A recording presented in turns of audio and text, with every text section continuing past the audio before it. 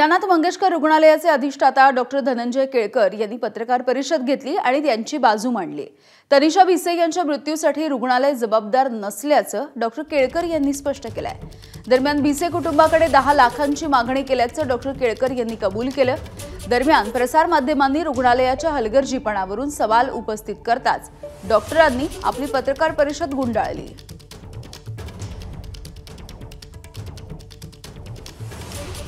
आमच्याकडे डिपॉझिट मागायची पद्धत डॉक्टरांकडून नाहीये। हा आमचा ॲडमिशनचा पेपर आहे। त्या पेपरवर खर्चाचे अंदाजपत्रक असे लिहिलेले, हा छापील पेपर प्रत्येक रुग्णाला हा दिला जातो। हा भिसेंना नाही, every single patients get this paper. Doctor याच्यावर लिहितात पेशंटचं नाव, त्याला कोण डॉक्टर ऑपरेट करणार आहेत, शस्त्रक्रिया करणार आहेत का नाही करणार आहेत, खर्च किती होईल। डिपॉझिट लिहायची पद्धतच नाही। परंतु काही कारणांनी त्या दिवशी राहू केतू काय डोक्यात आला, डॉक्टरांनी एक चौकन करून त्याच्यामध्ये 10 लाख डिपॉझिट लिहिलंय। ही गोष्ट खरी आहे, असं कोणीही लिहित नाही। त्यांच्यापैकी कोणालाही तुम्ही विचारू शकता।